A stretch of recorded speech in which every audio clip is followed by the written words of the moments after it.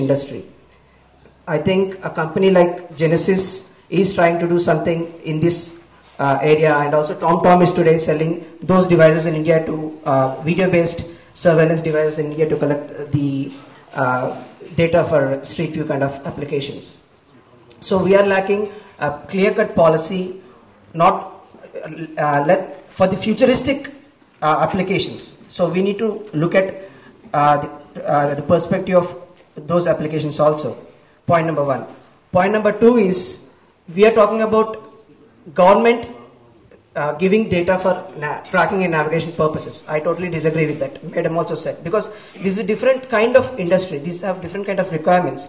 In navigation, my only requirement is finding an area of interest, finding a restaurant, finding a movie theater, finding a park.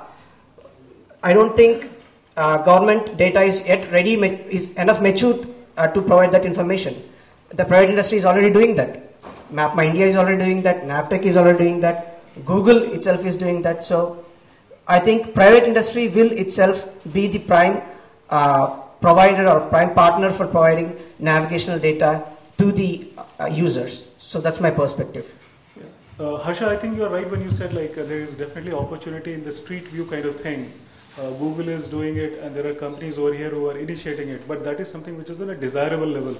You are asking for 3D navigation maps, or at least to start with 3D POIs, so that particularly at the junctions of when you're navigating through a route, you have a 3D view of that particular place to take a right call, whether you're going to take the flyover or you're going to take a left turn or right turn.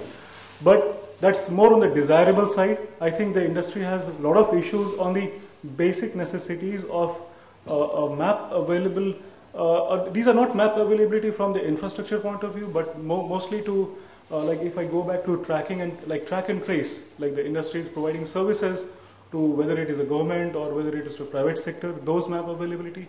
There are service providers, MapMyIndia is providing that a web map server or whatever map services from the back end.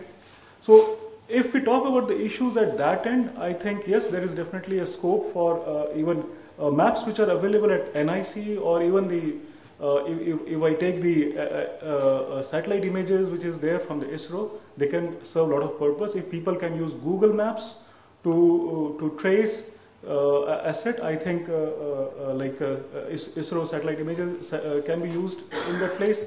Definitely a lot of scope in terms of Street View kind of thing. It's no rocket science today, we all know.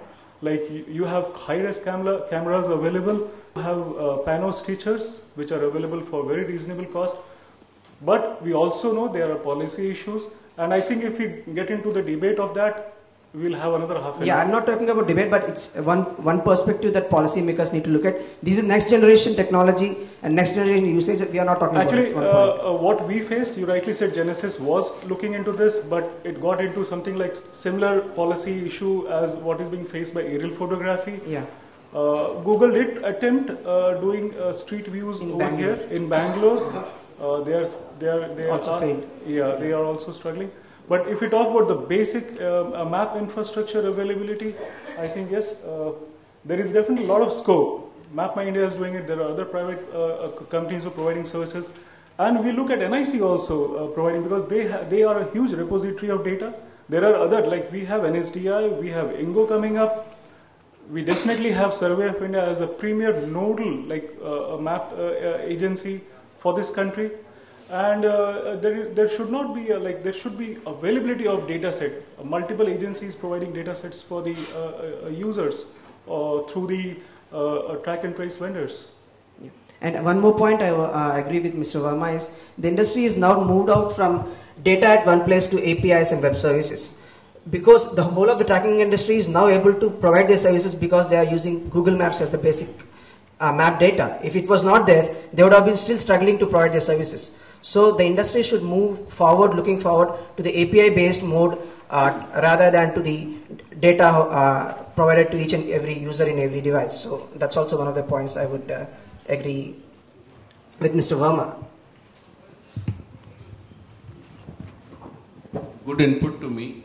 I thought that MapMyIndia is already providing API services, not just for vehicle tracking, but different kinds of examples I gave earlier is providing APIs all across the board, and there must be at least 100 partners.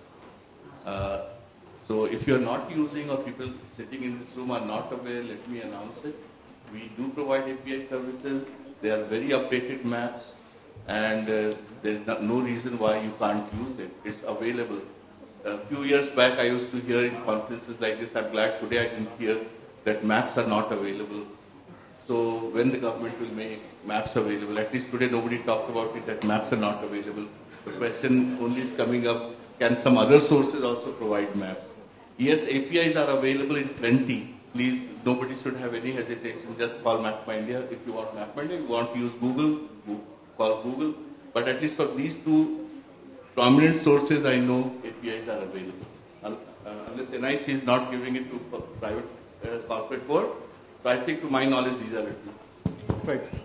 And when it comes to the issue of updation of maps, today we should see examples of how the private industry is tackling these challenges. The government cannot tackle these challenges. But I've know INGO meeting and I've read the draft report of it. Crowdsourcing is also an important aspect that INGO was talking about.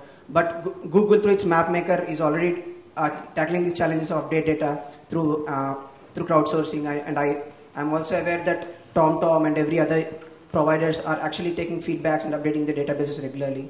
I also think that MapMyIndia is doing such things. So those kind of things are already there. So updated map data will be an absolute topic probably in 3-4 years when crowdsourcing becomes more prevalent, when user becomes more aware, and whenever he does not find his point of interest tomorrow, he himself will come to the map provider, service provider, and saying that you are missing this information, please add this. So we'd be probably no more talking about obsolete data after 3-4 years with crowdsourcing become more and more prevalent. I think this is one of the contributors to the navigational. It's a desirable situation. Yeah.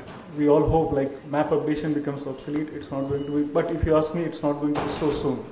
This will remain a challenge. People will have to put money, and the need will be there. Like Google, you said, is doing crowdsourcing. You have TomTom, Navteq, but it's a long way to go in terms of actually practically making the maps available. It's a huge country. We have huge number of urban agglomeration. It's not a small thing. So, just one, I would like to add, in the MapMyIndia map portal, I think only a few weeks back or a month back, we started it.